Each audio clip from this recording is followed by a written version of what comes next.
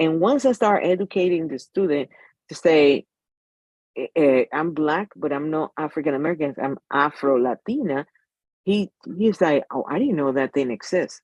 Oh, as an adult, I just gotta keep calm. But in my head, I was what? Because I was like, no way. But I need to understand it happens to him just as it happens to me.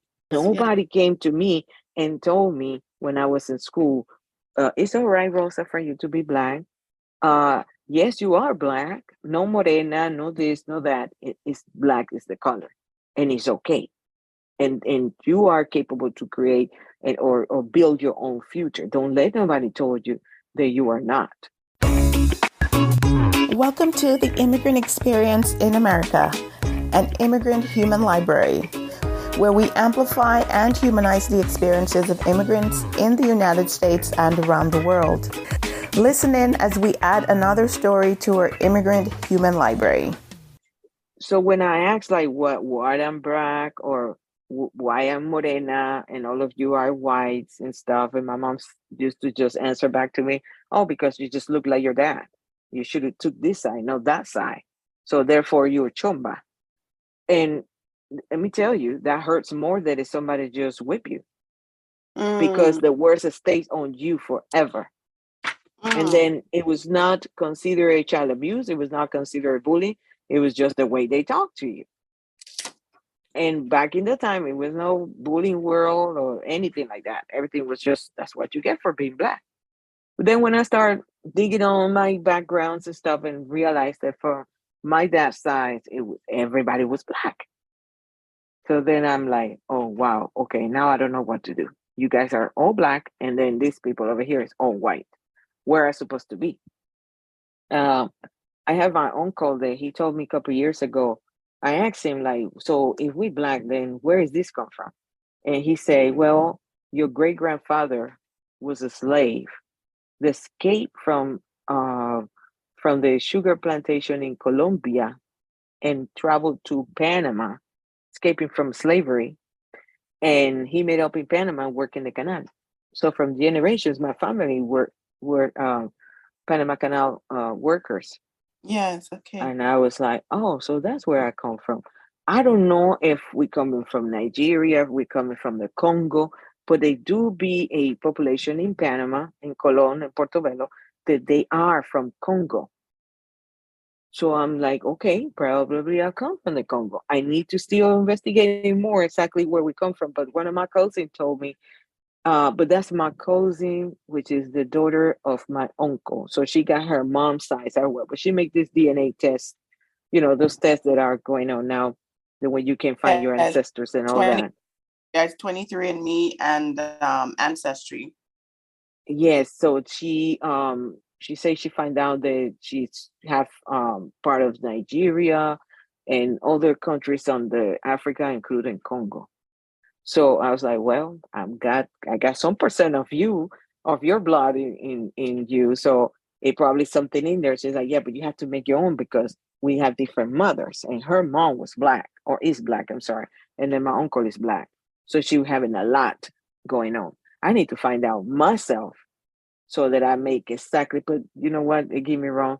For years I've been scared of that because I told my husband, I don't know where I come from. I'm kind of scared to where I come from. But you know what? I was saying that because I wasn't finding myself yet.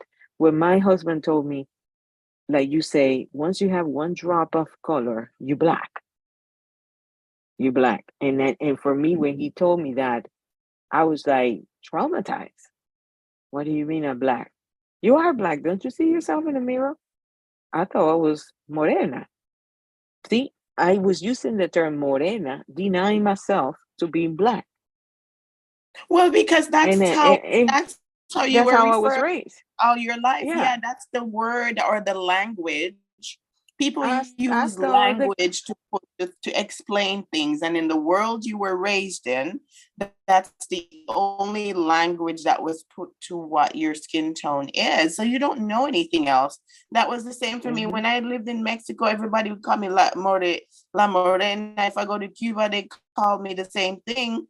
And I guess I speak Spanish, so I knew it meant brown skin. In Jamaica, they have Mm-hmm. different songs, brown skin, whatever. That's the language that was put to explain based on your skin Mm-hmm. tone, right? That was just the Mm-hmm. language, and that's all you knew. For me, there's colorism that you can see the difference on ownership, who owns more of this or who owns more of so and so in Jamaica. You can see Mm-hmm. that. My eyes are clearer now because when I was growing up, I was never raised to be so keen to look out for things like that. Okay. But now Yeah, that I'm here and I've researched and taken classes, I go back now and I can see, I'm like, oh, okay. So my family in the community was always looked upon as having more or whatever, but I didn't realize that it meant something, you see, because there it was no is. conversation. There was no Mm-hmm. conversation that, okay, these people are less than you because they don't have. It was nobody ever blatantly said that, but apparently in Latin America is a different, people actually communicated directly to you that because nobody in my family ever said, oh, you need to marry a light skinned person, or that was never said. It was never Mm-hmm. said, but I guess you're realizing a lot of times it's there if you pay attention and in between the lines of people's communication, there is some of It that is was there, it but it was never so blatant, you see. no, that was something that was like a rule. Your parents would say, you don't bring any negrito to my house because you got to get married Oh, with somebody white. It was Di- just like that. Dios mío, no, Prohibit. no, no. That's that. Maybe in my family, Incredible. but there was nobody that I ever heard. This was just not the culture, right? In my community, in the circles, in the where how I was raised, and I guess my our family protected us from that. I don't know. Perhaps some other people may have different experiences being raised on the island, but that was not mine. And but Hmm. I'm realizing after I left home, you see. So I was raised in Hmm. this big bubble, but when I left from home from Kansas City, Missouri, and moved to DC in 2005, and all of a sudden, my eyes were open that, okay, Simone, you have certain privileges that other people, other immigrants may not have had. Okay, you came here Hmm. straight legally with your family. You were able to go straight off to college. There are other people going through the immigration pipeline who are in different statuses, who are hiding in the shadows because they Hmm. didn't come here, or they came on a tourist visa and then they ran off, and so they're hiding.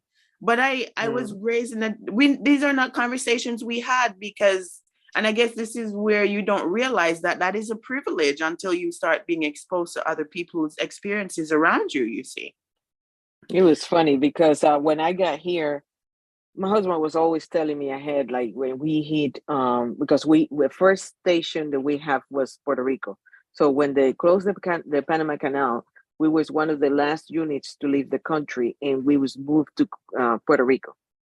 I experienced, well, for me it was easy. I speak Spanish. Okay, I kind of like mix in between the uh, island, but I did experience some racism with some Puerto Ricans and stuff. But I didn't pay attention to that too much. But my husband told me, "Well, you might pass here because you speak Spanish and all that. But once we get United States, you got to be prepared." Because that thing that you think that it's not going to play, it's going to play. You black, and then you have to be careful with this, and he started kind of like give me some instructions to have to how to move around, because most of the time I was by myself with my kids because he was always in some mission. So we arrived to Fort Campbell, Kentucky, but then I saw a lot of black and white, and I was like, this is the same thing in my country. They black, they getting married with white and all that. But then when I get in college, when I start, I used to have my own daycare back when we moved to Fort Knox, Kentucky, and I started realizing more stuff through my own business, through also when I went preparing myself, getting in college and all that. And I was like, wow, okay, so I'm black here in United States, and I can mix with white people if I want to, but I can also get married with a black man. Now, okay, I'm already married with a black man, so I started putting pieces together. And then one of the things that really impacted me, it was if I go out with him and we are in a group of people on his unit, let's say, as soon as I open my mouth, they think I'm Black American. But in the minute that I start talking, oh, wait, where do you come from? Because of my accent. And Mm. then they start asking me, you Jamaican? or are you from Haiti, or you from Santo Domingo, because they start looking at the color of my skin. Yeah, and try to And place you. then I was like, no, I'm from Panama. Panama? What? And I'm asking myself still today, when I say Panama, what do they think? Like the Panamanians are white, or there was a surprise. And okay, going on. But then when I started working as a teacher and I got into my first classroom to teach Spanish, my students were asking me if we're gonna make tortillas, frijoles, and I was like, oh, hold on, no, no, no. You coming to learn Spanish, but I'm not Mexican. And then the one of the things that I didn't realize were they coming in, they asking me in English, I'm answering back to them in English. They didn't get yet know who is in front of them, right? So they Yeah. thought that I was either a sub or I just know some Spanish and will teach them. When I Mm-hmm. start speaking in Spanish, they say, "Oh, you speak Spanish? Where? So where are you from?" And I have to teach my students geography, history, language, because they didn't know. And I'm not talking about level one Spanish, level two. So they already went to level one. But what happened is that in the books, or some of the books before when I started, all the culture was about Mexico. A lot of Americans think that Hispanics are just Mexicans. Yeah. So even if you say Panama Canal, they don't click on the culture that we are Hispanics too. So what I started learning and studying and doing my research, that they thought that when you say you're gonna learn Spanish, all you're gonna learn is the piñata, the quinceañera, the tacos, the tortillas. And the curriculum cannot just be based on that, because the Latin American world is huge. So I was like, okay, this is my opportunity. My students need to know about me, about my culture, and the rest of the Latin American culture. But then also I have seen, many textbooks they have been kind of updated as well, and bring it also resources, but nothing like your own teacher being from the country that is not Mexico, that is differently, that she can move the curriculum into another steps. I talk to my students about immigration of people from Venezuela all the way to the United States. We made maps. We study different facts and different cultures, because uh, Venezolanos, immigrants, they will be walking from different countries until they get to Panama, and then try to cross to United States. But that's what they didn't know, that it was problem with immigrants, and it's not just Mexicans that have immigrant problems or stuff. It was also Venezuela, Colombians, and many others. So how can you base your classes in just teaching grammar, or even teaching dance, but you don't teach more about culture, and Or let them the know root. that the Latin The American root. world is more wide? Huh? Right, right, right. The root, Yeah, you the see. roots of everything. Right. I And told my students, I have one student, Caucasian student, and he said, "Why all your classes about Black people?" And I say, "Because that's where I come. Look at me. What else I can teach you? I need you to understand that we are here, that we exist, that we are not just Black History Month or Martin Luther King anniversary. No, no, no. We are here 24/7, 365. And this is not just African Americans, this is Afro Latinos." And once I start educating the student to say, I'm Black, but I'm not African American, I'm Afro Latina, he's like, "Oh, I didn't know that thing exists." Oh, as an adult, I just gotta keep calm. But in my head, I was, what? Because I was like, no way. But I need to understand, it happens to him just it happens to me. yes, yes. Nobody came to me and told me when I was in school, it's all right, Rosa, for you to be Black. Yes, you are Black. No morena, no this, no that. It's Black is the color, and it's okay. And you are capable to create or build your own future. Don't let nobody told you that you are not. And those are the things for then after I found myself, I found my roots, then now I am strongly advocating for this to be changed and for this to be brought into the classrooms.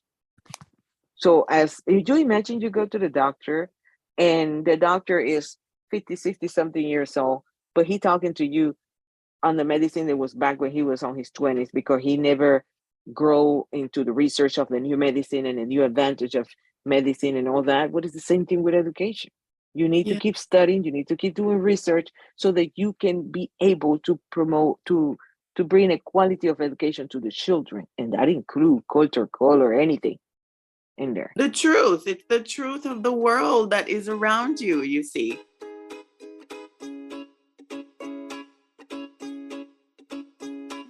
This is Mm-hmm. not something that we're making up. This is the reality of the world, authentically true information based on who lives in this country, the people that exist here, what languages they speak.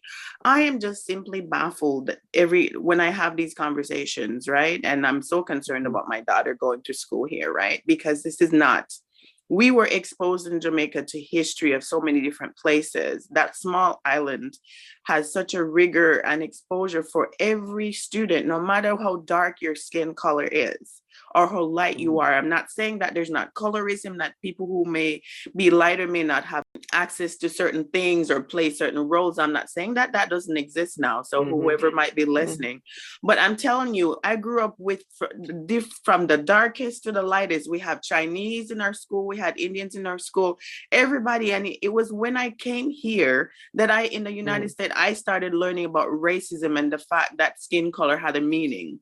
I never once thought that my skin tone meant anything to me, right? And it's just so Mm-hmm. sad. It is so sad that this thing has been perpetrated to such a depth and through so many generations. I am just like, and my daughter is now at 4 years old, starting to notice things, and it breaks my heart because I was doing my best to keep her from even seeing certain things, but she watches videos and she's very Yeah. smart. Our children are very smart these days. We didn't have Yes. devices and exposed to things, but there is so much, and they are observing, and they're observing with, they come here With the fresh mind. devices. No. They come very fresh. They're not indoctrinated, so they're just looking at A and B and drawing conclusions because they're just observing, right? And Mm-hmm. so she had a conversation recently with me, and was saying so and so, and talking about hair and eye color and such, and I was just really so taken aback. I wasn't prepared for that conversation. She is 4, and I had a Mm-hmm. white lady, right? I don't like to use these terms because to me, black, white means nothing, and it tells me nothing about a person. I see people Yeah. now, indigenous Latin Americans coming in who are being referred to as white or ticking off boxes that they're white. White to me means Caucasian, which also means European American. So I have no Yeah. idea how people now from Latin America and from other parts of the world, just because they have a fear or a lighter skin tone, are now being classified as being white, which is just mad to me. And it doesn't say anything about your ethnicity. It says nothing about your culture, where you come from, or what it means to you. So I mean, it's just this social construct that just drives me mad. But in any Mm-hmm. case, what this lady, I want to say European descent, right? Because we're Mm-hmm. all immigrants to this country. And she said to me, you don't need to worry about that. This was when my daughter was maybe months old, maybe eight Mm-hmm. months actually. And she said, children don't start picking these things up until they're 7.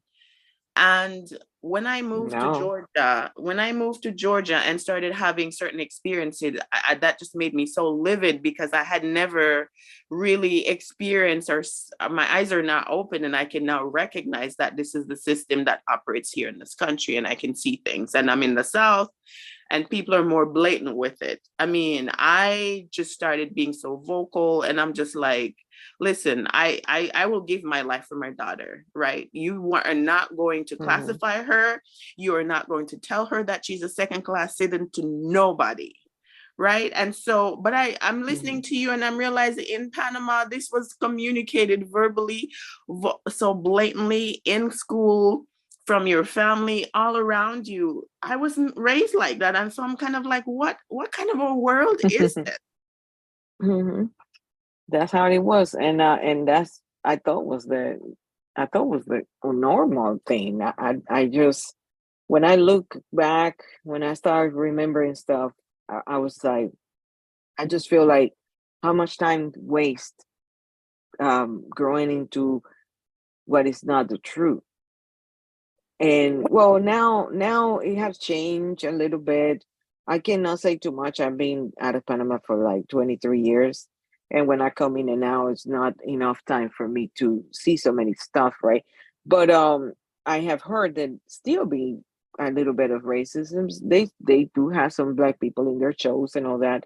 It's a little bit more acceptable now. But it was just the way that you was raised because Mm.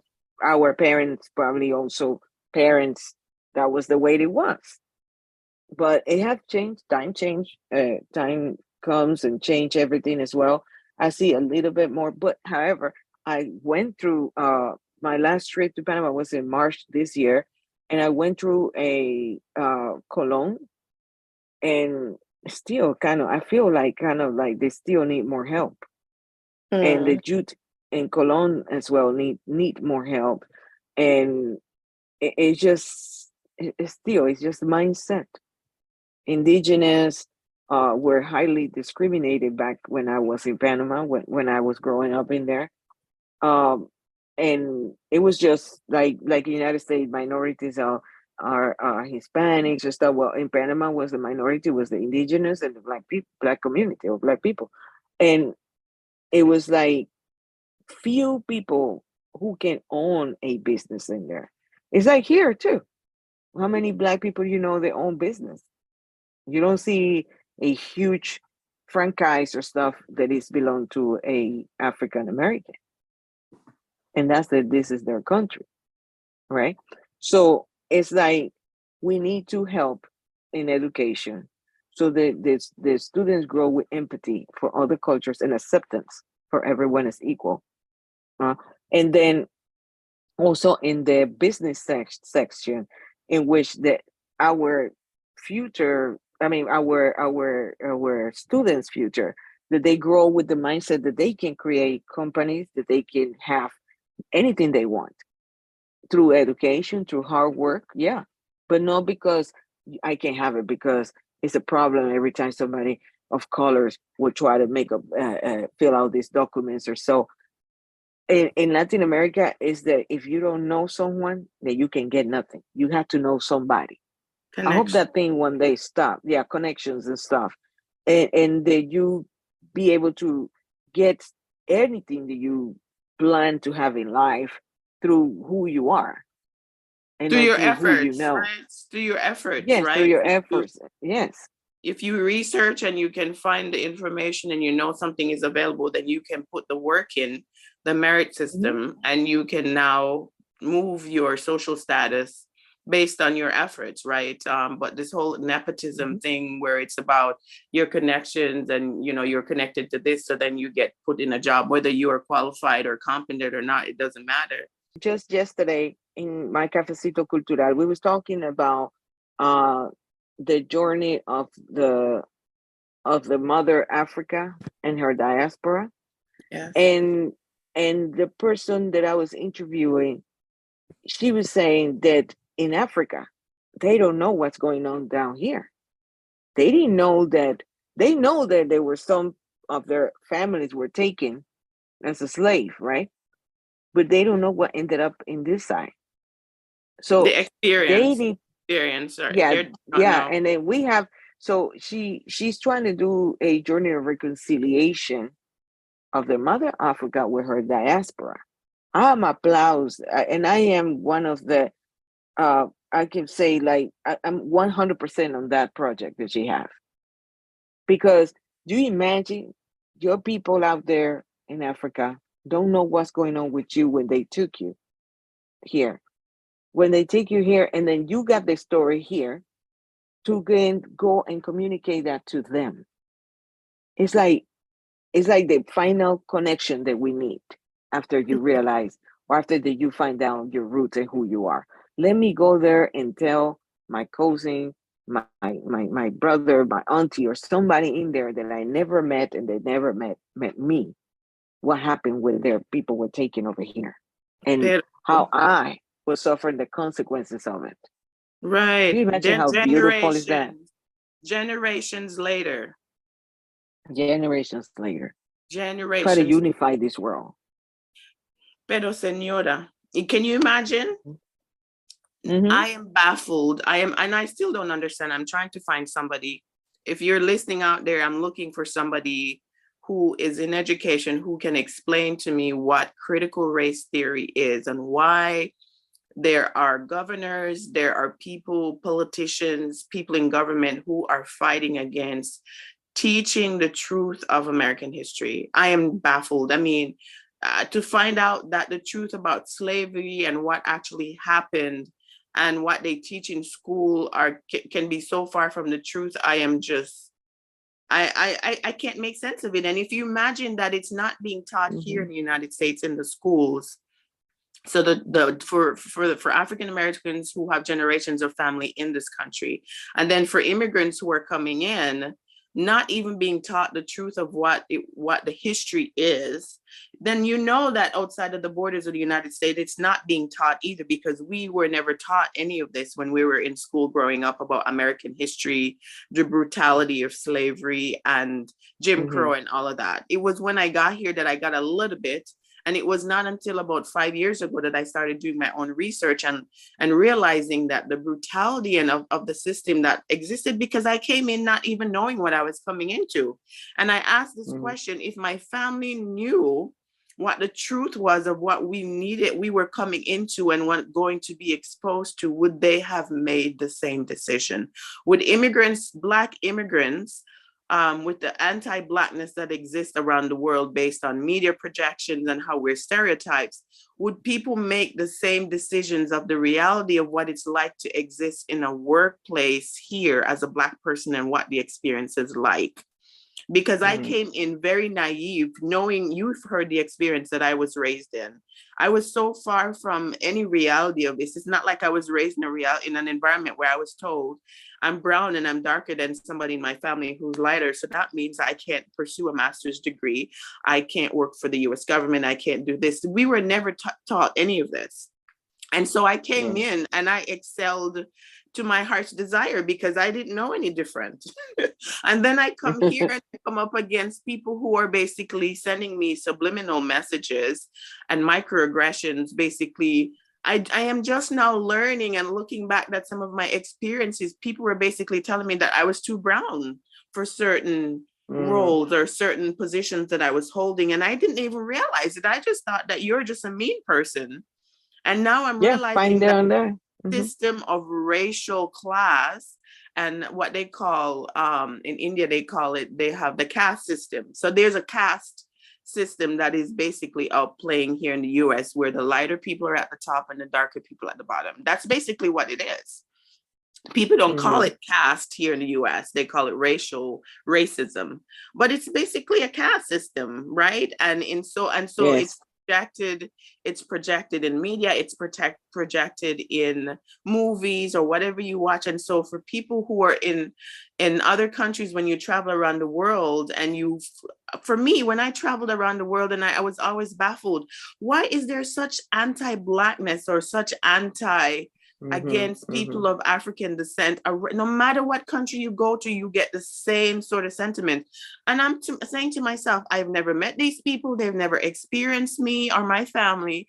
Why is there such hate? But because it is projected in the media and in other media. Exactly. And people learn based on what they watch in movies and how It's people are portrayed exactly. in music and whatever. And so this is how they learn. And apparently, there's a new book that I just came across that there's this Indian lady, an African American lady, just wrote, called White Women.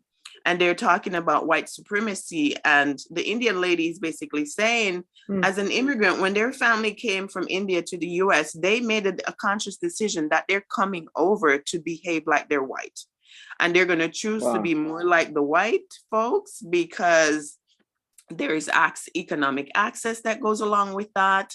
You'll be Mhm. more, you will have more access by people who are considered white in the country, and they're going to be very anti-black. So if they already know in the entire country how people are Mhm. treated here, or blacks are treated here in the US, then you already know when they experience you abroad, these are the certain types of conditioning and mental awareness that they have, that in fact that's what you're going to experience. And so I don't understand why the truth of the American history, of the history of the United States, is being prevented from being taught in school, because we risk repeating the same mistakes again. We risk Because repeating yeah, whatever atrocities that took place. I mean, you hear the uh-huh. Holocaust, people talk about the Holocaust everywhere you go, and the Jews will not let you forget. But I cannot understand why the history of how blacks were treated here in this country, or people of African descent were treated here in the US, or in the diaspora around the world, why the truth is being hidden. In Jamaica, it's Hidden. fully taught. We knew about slavery, we knew about the very gory part of it, to the heroes, to people who Marcus Garvey and all those type of people who triumphed, and how the country has grown, and South Africa and things like that with apartheid. But I can't really put words to why the truth of the American history is being prevented from being taught in school.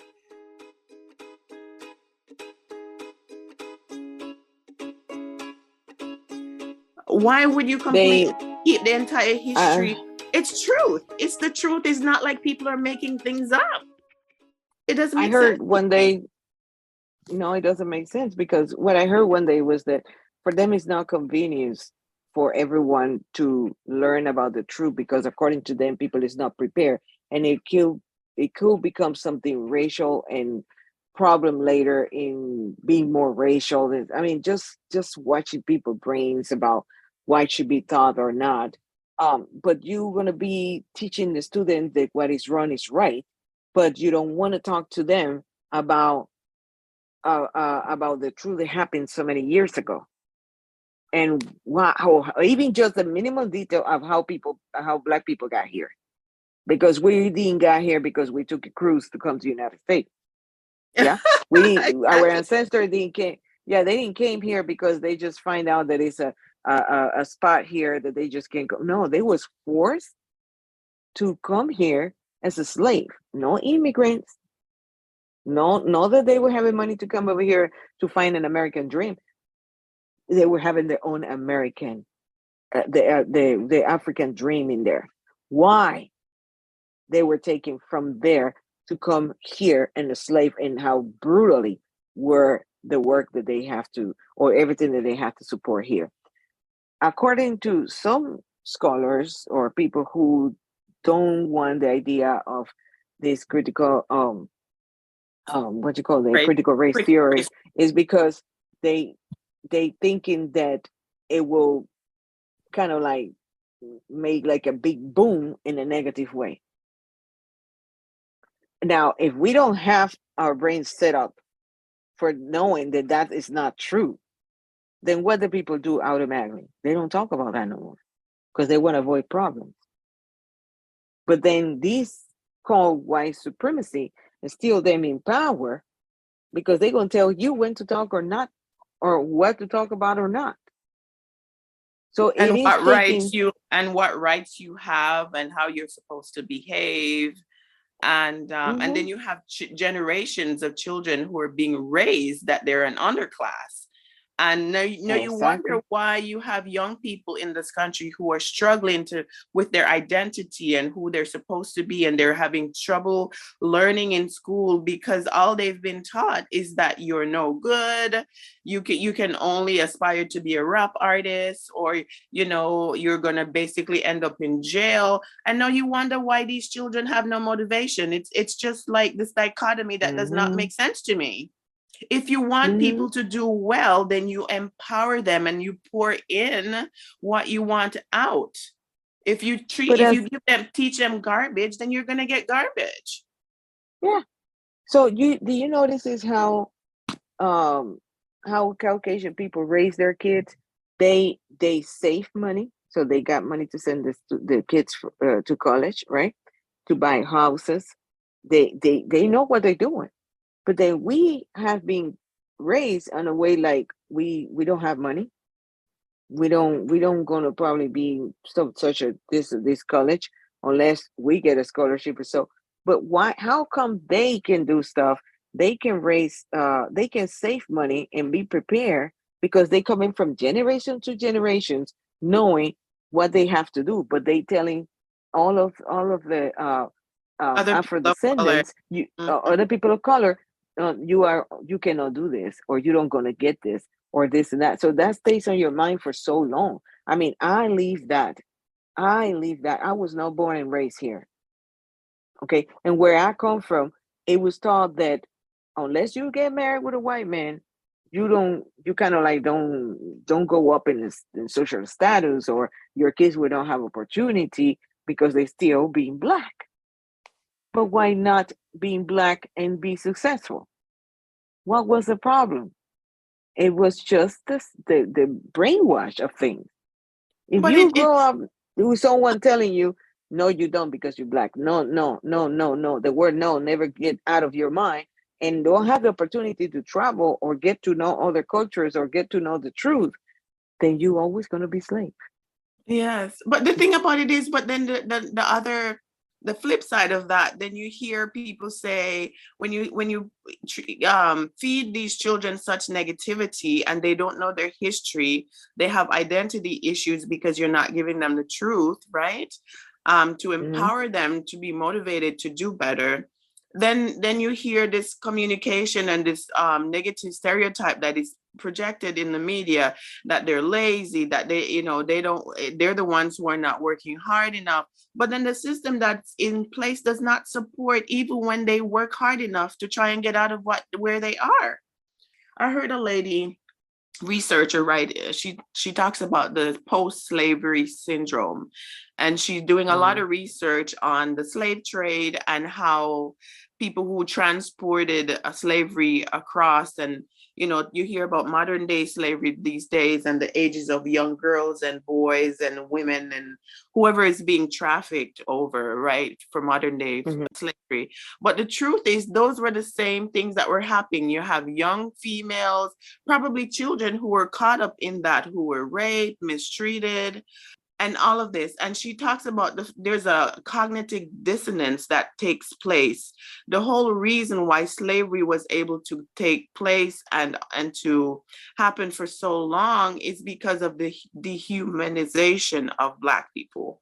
So they have to convince themselves that you're not really human, because if you're human, from human to human, and the stuff that was done to people, then there's something that's going to go on in your mind and in your conscience that tells you that you're doing something wrong. But they literally had to convince themselves that what they were doing to you made sense because you were less than human, right? And so, Mm-hmm.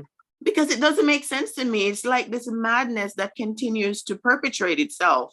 If you want people to do better, then you empower them to do better. You provide the resources, you then put in what you want, because they know themselves. They make sure their children are are receiving what they need in order to perform later on in life and to become healthy citizens.